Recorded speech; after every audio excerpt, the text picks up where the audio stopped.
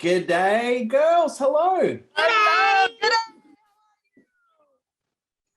I was just writing a question. Which Disney character would you get a tattoo of? Flit. Flit is the Like from Bug's Life? no. Flit is the little. No, what's the raccoon's name in Pocahontas? I talked about him yesterday. Oh, yeah, you literally just did. No. Do you know the name of the raccoon? No, my Disney knowledge doesn't go that encyclopedic, unfortunately. Well, I said Flit, which is the little Miko. Miko. I said it yesterday. Miko is the raccoon in Pocahontas. Yeah. I think I would probably get Mike from Monsters Inc. Damn, that's awesome. Where? Wait, that's Disney or Where? Pixar? That's Pixar. Rude. They have the kind of ride at Disney World. Okay, well then if it's not that, then I'm gonna get Stitch. I was going to say Stitch at first, but then because it rhymed with Flit. Stitch. But I said Miko. Yeah, and then it was Miko. Okay, you know what? I want to get the genie from Aladdin. That's pretty cool. I get a big, nice and fat on my thigh. Damn. That's a choice. I love that. Yeah. You never have a friend like me, baby. Yeah. I'll just get mine like real traditional right here in the back. Right on the back. That's nice. Very Disney friendly. Very Disney friendly. Yeah. This whole interview has been extremely Disney friendly thus far. So It's fantastic because I've just, that was my last question. So we've kicked off with that and it segues perfectly into another random question. Are your characters Disney princesses? Well, I am. yes. I'm We're the new kind of Disney princess, which is what we've been discussing. We have been discussing. Why am I doing I this? feel like because you're getting comfortable. You want me to do that too? What? I'm sorry. I mean, I think we're the new kind of Disney princess. We're the new type of heroine, you know? It's like we may not literally be princesses, but our characters portray such an important aspect of princesses, which is heroism and like doing things that are scary to do, speaking up for yourself. And also, you know, they both have a very specific self journey and have a lot of self-discovery and end up coming into their own in such a beautiful Disney princess way. You know, I feel like Disney princesses are often affiliated with a romantic, you know, love interest as well. And we're rejecting that. We're rejecting that narrative. Yeah. It's a new kind of Disney princess that I think we got going on. Well, Jess, let's stick with that because if I was going to get a Disney character tattooed, it's going to be Louisa, 100%. Yeah, you gonna get this thing? Where are you gonna get it is the question. Yeah. Well, I have small tattoos. So Cat in the Hat, Dr. Zeus, Mr. Noisy from Mr. Man. So I like little tats. That's awesome. Where would you get it? You probably get it here then? Like, Yeah. one of those places. On the neck. Maybe the Yeah, get Louise on your neck. That's That'd be dope. really cool. So next time we speak, I'll have to check in. But tell me a bit about Louisa because she's the middle sister carrying the weight of the Madrigal family on her shoulders. Mm-hmm. She's buff Encanto lady. Tell us a bit about the character. Yes, carrying the weight physically, literally, metaphorically. She is the rock of the family. I relate to her so much. You know, we keep getting asked like, what character do you relate to the most? And I'm just, it's my girl, Louisa. I love her so much. She is so beautiful because she knows her worth. She knows already that she can literally lift everything with her pinky, so she doesn't need to prove herself to everyone. However, she has a very large emotional life inside of her that she's dying to let out, but has this resilience to just keep going and know that her family and her community comes first, and she must do everything that it takes to uphold all of those responsibilities that come with her very specific super strength role. But you know, you see in the film, she's got a moment where she's like, maybe if I just let it out, like what would happen if I actually let someone know what's really going on the inside? And yeah, she's got an incredible journey through this film that I think is going to be relatable for a lot of people. That's the great thing about the size of the family. There is someone for everyone. Yeah. Diane, can you tell us a bit about Isabella? She's the golden child, the perfect sister, the eldest girl, but it's not all as it seems. No, it's not all, rainbows and flowers. Isabella is, well, she was given the role of perfection, I guess. When she opened her door, her magical power was to grow plants and flowers and to make things beautiful with that gift. And so, I think it was sort of a natural progression that she got sort of this role of, making things just so and making them beautiful. And so when you have that kind of pressure, it's hard for you to be okay with messing up or making things a little interesting, maybe sometimes a little ugly, in I guess in the eyes of society. And so she in the film has a very special relationship with Abuela because Abuela is trying to keep the family together. And so she puts a lot of pressure on, I think, the people who seem like they have their powers very honed in, like Isabela. And so she's expecting her to be married and to, join forces with this other very special family. And Isabella doesn't want that. She has been sort of carrying this portrayal of herself as her own, but really she wants to break free and explore. And I think you see that throughout the film. And that's very similar to, I think, my experience as well. Similar how? Because I wanted to say you obviously have inhabited many characters, partly through the role of Jane in Doom Patrol, 64 characters in one. At what point were you in the running to play the voice for that sister in this film? How did you get involved? Is there a South or Central American kind of connection to that with the story being set in Colombia? Oh yeah, my parents are Colombian. Yeah, my parents are Colombian, and I have visited Colombia like every year since I was 14 years old. And so I've been taking in those sounds and those flavors and the music and the flowers and the colors, for a very long time. And also that kind of very attached relationship with your family, that the one that's kind of period, yeah. And I've been feeling like that responsibility with my family for a very long time, and that sort of like unbreakable bond, that the one that just comes from like deep inside of your soul.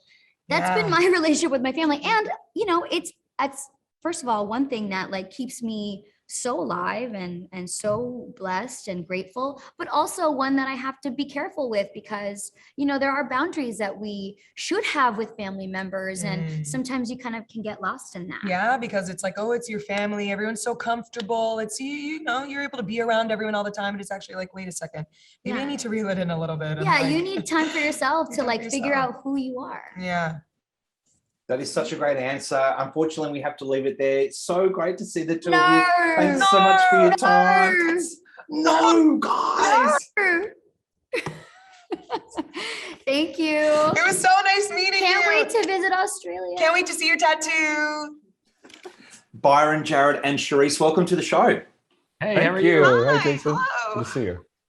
What a beautiful film apart from the terrific story about family, the colors, the textures of everything from the plant life to hair and fabric, the comedy, a rat going up a nostril.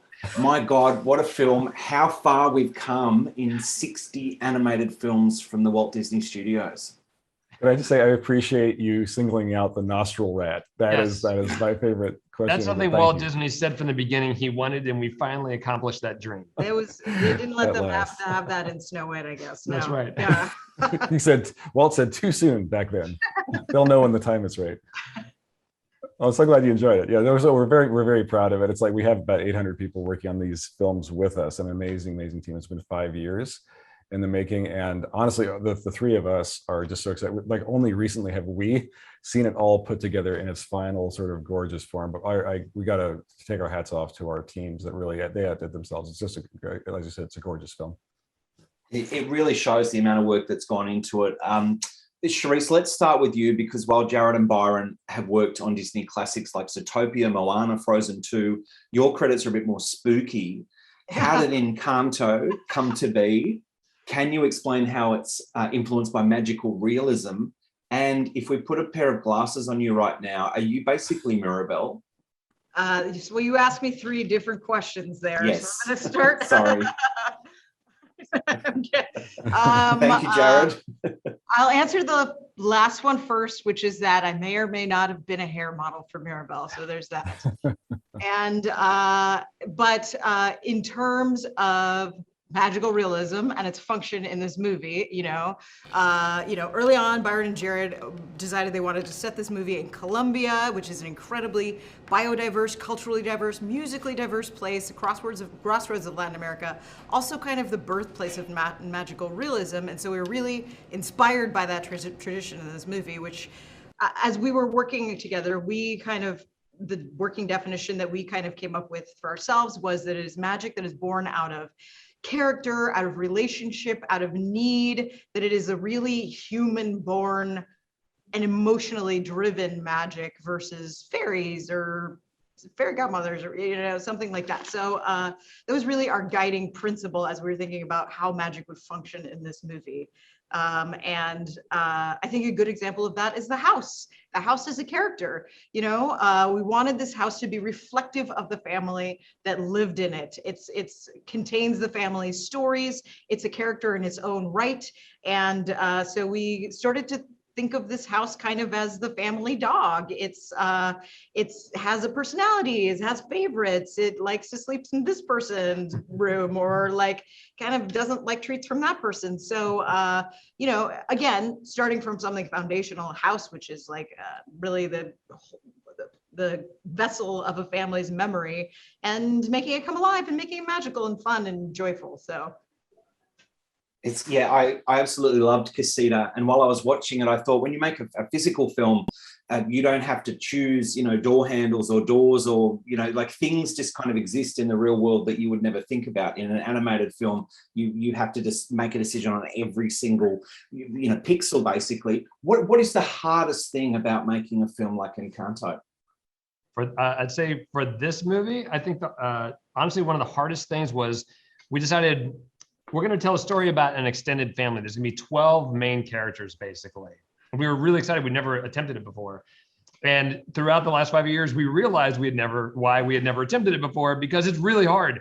I think on top of the story-wise, trying to juggle 12 different character stories, we wanted them to feel like real people and not just sort of two-dimensional characters that walked in and out, because our whole story is based on the idea that that's how they appear, and then you get to learn something new about them. So every one of them had to be fleshed out. Then we had to find screen time for each one of them. And then after the story part, we had clothing, we had hair, we had designs. All of them had to separate. We had to find the perfect actors for all those roles.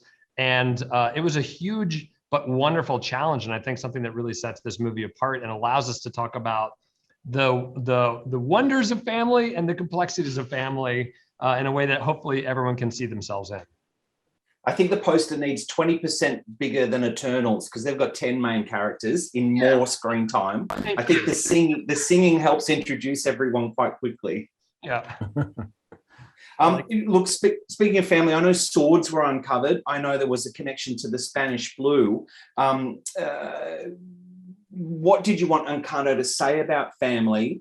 Was it therapeutic for you guys as writers and filmmakers? And what was the most astonishing thing you found out about your own family? I apologize for asking 3 questions in every question. Oh, I'll take part of the first one. It